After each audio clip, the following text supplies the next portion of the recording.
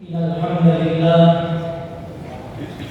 نحمده ونستعينه ونستغفره ونعوذ بالله من شرور أنفسنا وسيئات أعمالنا من يهده الله فلا مضل له ومن يضلل فلا هادي له وأشهد أن لا إله إلا الله وحده لا شريك له وأشهد أن محمدا عبده ورسوله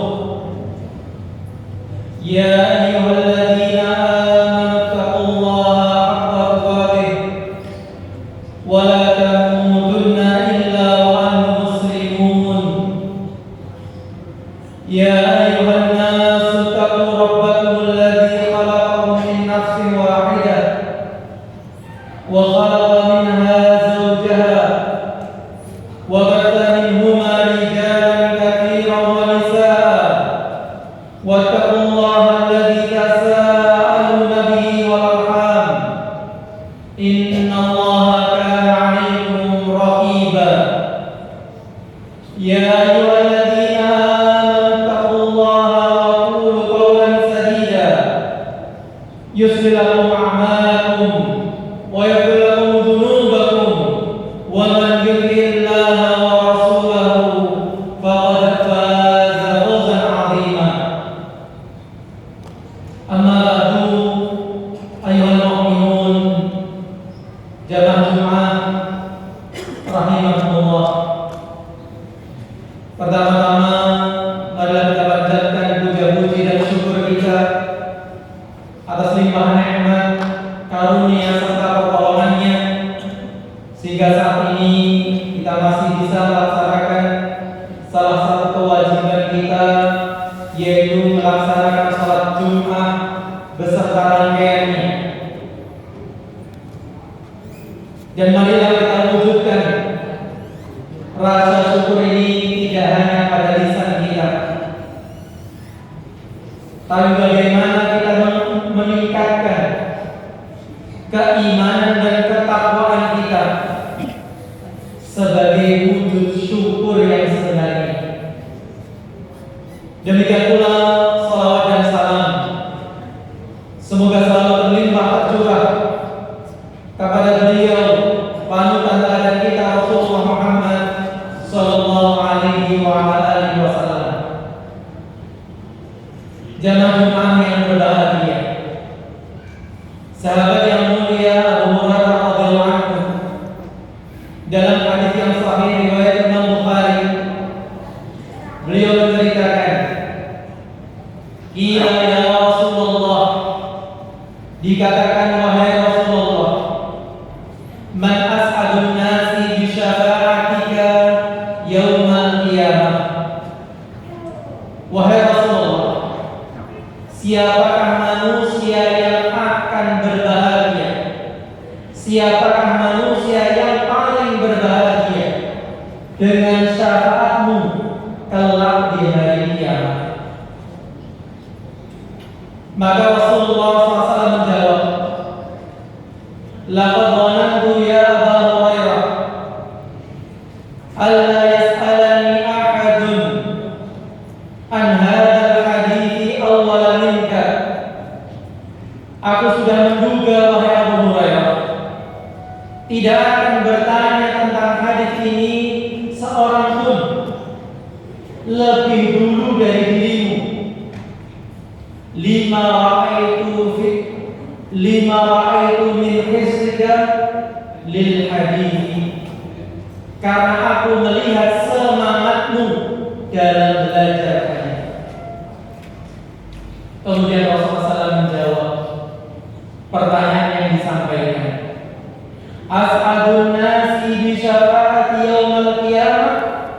Manusia yang paling berbahagia mendapatkan syafaatku kelak di hari kiamat, "Man qala la ilaha illallah khalisan min qalbihi aw min nafsihi." Yaitu orang mengucapkan la ilaha illallah ikhlas, murni, berangkat dari hatinya atau jiwa. Hadis sahih riwayat Imam Bukhari. Jamaah Jumat rahimahumullah.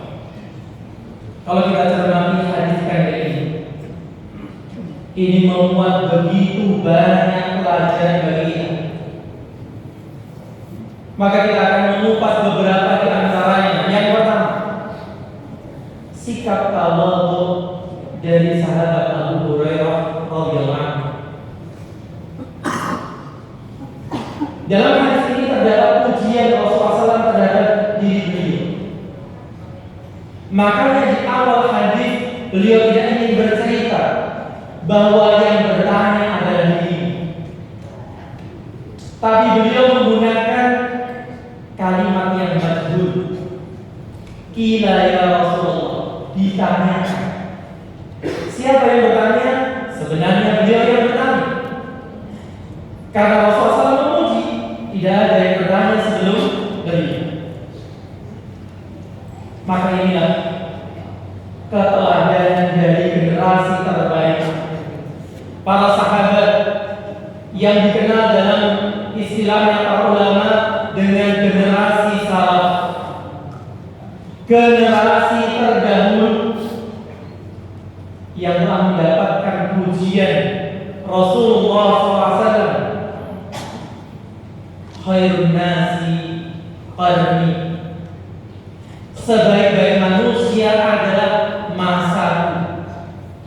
Mereka yang telah nyantri langsung kepada panutan teladan kita Rasulullah Muhammad SAW. Maka sudah seharusnya kita menjadikan sosok-sosok para sahabat ini teladan hidup kita setelah sosok Rasulullah Muhammad Sallallahu Alaihi Wasallam. Pelajaran kedua adalah pentingnya bersemangat dalam belajar agama.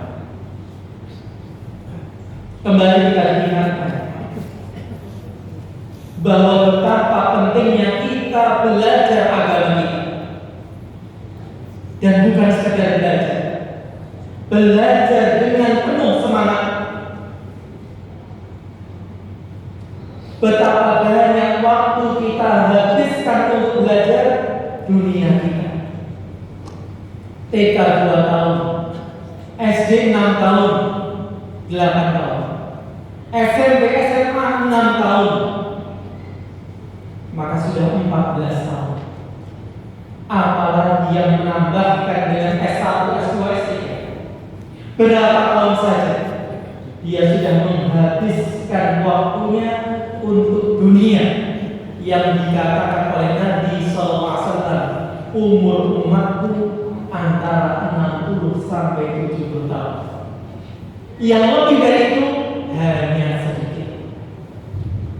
Bekal untuk kehidupan 60, 70 tahun, 14 tahun kita belajar. Pagi sampai siang, bahkan kadang sore, bahkan ditambah dengan les-les. Tapi kemudian akhirat ini, mari kita jujur, kita jawab masing-masing. Berapa lama kita belajar untuk akhirat ini? Adakah jenjang tertentu yang telah kita lalui untuk akhirat yang bukan hanya 100, 1000, 1 juta tahun? Tidak. Khalidina fiha abada, yang kita akan kekal selama-lamanya di sana. Sehingga kalau kita mau buat perbandingan, 60 tahun butuh belajar 14 tahun, selama-lamanya berarti kita butuh belajar berapa lama? Maka jawabnya sangat mudah, selamanya. Dan itulah yang dikatakan para ulama kita dengan kalimat minal mahdi ilal lahdi, dari pangkuan sampai ke liang lahat, yang dikatakan para ulama kita al-mahbarah ila makbarah, tempat tinta di bawah sampai kuburan. Belajar agama tidak ada putusnya, tidak pernah putus, tidak mengenal usia muda ataupun tua, selamanya kita belajar. Dan itu dibuktikan oleh sahabat Abu Hurairah. Sahabat Abu Hurairah dinobatkan oleh para ulama sebagai sahabat yang paling banyak meriwayatkan hadis. Beliau meriwayatkan sekitar 5.300 sekian hadis. Padahal beliau baru masuk Islam ketika Rasulullah SAW pulang dari perang Khaybar, yaitu sekitar tahun 7 Hijriah. Berarti membersamai Rasulullah SAW hanya sekitar 4 tahun. Tapi lihat, dinobatkan sebagai sahabat yang paling banyak meriwayatkan. Kenapa? Rasulullah SAW telah menyebutkan semangat beliau dalam mencari hadis, belajar bersama Rasulullah SAW, sampai-sampai beliau rela menjadi ahli sufah, sahabat yang tidak bekerja, hanya sibuk belajar dan tinggal di masjid, sehingga fokus beliau adalah fokus belajar agama. Sehingga meskipun 4 tahun membersamai Rasulullah SAW, beliau meriwayatkan hadis yang paling banyak. Yang ketiga, semangat dalam menuntut ilmu agama secara khusus ataupun ilmu dunia akan membukakan pintu-pintu ilmu. Rasulullah SAW mengatakan, aku sudah menyangka wahai Abu Hurairah, tidak ada yang bertanya tentang hadis ini lebih dulu dari, karena apa yang aku lihat dari semangatmu belajar hadis. Sehingga semangat belajar dalam hal apapun, khususnya kewajiban kita dalam menuntut ilmu agama, akan membukakan pintu-pintu ilmu itu sendiri. Maka inilah yang kita dengar dari Al-Imam Syafi'i rahimahullah, man arada dunya fa'alaihi bil ilmi wa man arada al-akhirata fa'alaihi bil ilmi wa man aradahuma fa'alaihi bil ilmi. Barang siapa yang menginginkan kebaikan dunia, dia harus punya ilmu. Barang siapa yang menginginkan kebaikan akhirat, dia pun harus punya ilmu. Dan barang siapa yang ingin baik dunia dan akhiratnya, maka dia pun harus berbekal dengan ilmu. Maka mari, kemudahan yang Allah berikan hari ini dengan adanya kajian di berbagai masjid, kajian yang disiarkan secara streaming, live pada televisi, internet, atau rekaman-rekaman, ini seharusnya tidak menjadi alasan bagi kita. Saya tidak punya kesempatan, saya tidak punya waktu. Maka buku ada, rekaman ada, sehingga kapanpun waktu senggang kita, kalau kita mau meluangkannya, kita bisa belajar. Kemudian yang keempat, hadis ini menetapkan adanya syafaat Rasulullah SAW kelak di hari kiamat. Baik itu syafaat yang terjadi pada mahsyar, dari telaga beliau, dari pertolongan beliau terhadap seluruh manusia agar dimulainya hisab, ataupun syafaat beliau dibukakannya pintu surga, diselamatkan orang-orang yang seharusnya masuk neraka untuk tidak masuk neraka, sampai syafaat beliau untuk mereka yang telah masuk neraka agar dikeluarkan dari api semua mancar-mancar syafaat yang akan terjadi di hari kiamat. Tentu semua kita mengharapkan syafaat-syafaat ini, tapi yang kemudian perlu kita ingatkan dan telah diingatkan para ulama kita bahwa syafaat ini diminta kepada Allah Subhanahu wa Ta'ala. Di surah Az-Zumar Allah mengatakan walillahi syafa'atu jami'an, dan milik Allah lah seluruh syafaat ini. Jadi ketika kita mengharapkan syafaatnya Rasulullah SAW, tapi syafaat itu dimintanya kepada Allah, karena Allah lah yang mengizinkan Rasulullah SAW untuk memberi syafaat, dan Allah lah yang mengizinkan siapa yang berhak diberi syafaat. Sehingga keliru kalau ada sebagian kita meminta syafaat itu kepada Rasulullah SAW, apalagi beliau sudah meninggal.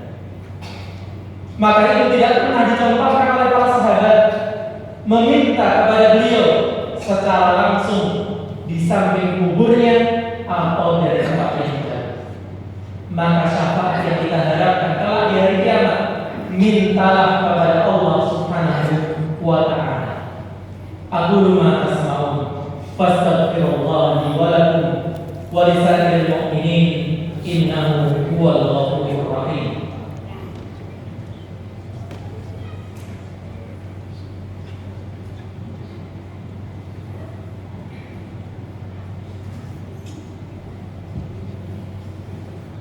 Bismillahirrahmanirrahim.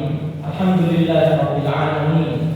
Wassalatu wassalamu ala asyrofil anbiya'i wal mursalin, nabiyina Muhammadin wa ala alihi wa sahbihi ajma'in. Ya ayyuhalladzina amanu taqullaha wa qulu qawlan sadida yuslih lakum a'malakum wa yaghfir lakum dhunubakum wa man yuti'illaha wa rasulahu faqad faza fawzan 'azima. Kemudian pelajaran terakhir yang bisa kita ambil dalam kesempatan yang singkat ini, hadis ini menerangkan tentang keutamaan kalimat la ilaha illallah. Kalimat yang paling agung, kalimat yang menjadi penyebab kita selamat di dunia dan dijamin keselamatan di akhirat. Tapi kemudian yang perlu kita perhatikan bahwa Rasulullah dalam hadis ini menambahkan man qala la ilaha illallah khalisan min qalbi. Orang yang mengucapkan la ilaha illallah ikhlas dari hati, mengucapkannya dengan tulus, bukan ikut-ikutan, bukan keterpaksaan, tapi benar-benar mengerti apa yang diucapkan, bahwa tidak ada yang berhak disembah dengan benar kecuali Allah saja. Inilah yang akan menjadikan seorang selamat dunianya dan selamat akhiratnya, mendapatkan pertolongan Rasulullah SAW. Maka semoga kita termasuk orang yang bisa mewujudkan kalimat ini bukan hanya pada lisan kita, tapi dalam perbuatan sehari-hari kita, sebagaimana kita ikrarkan iyyaka na'budu wa iyyaka nasta'in, hanya kepadamu ya Allah kami beribadah dan hanya kepadamu kami mohon pertolongan. Allahumma shalli ala Muhammad wa ala ali Muhammad kama shallaita ala Ibrahim wa ala ali Ibrahim innaka Hamidum Majid. Allahumma ighfir lana wa li ikhwanina alladhina sabaquna bil iman wa la taj'al fi qulubina ghillan lil ladzina amanu rabbana innaka ra'ufur rahim. Rabbana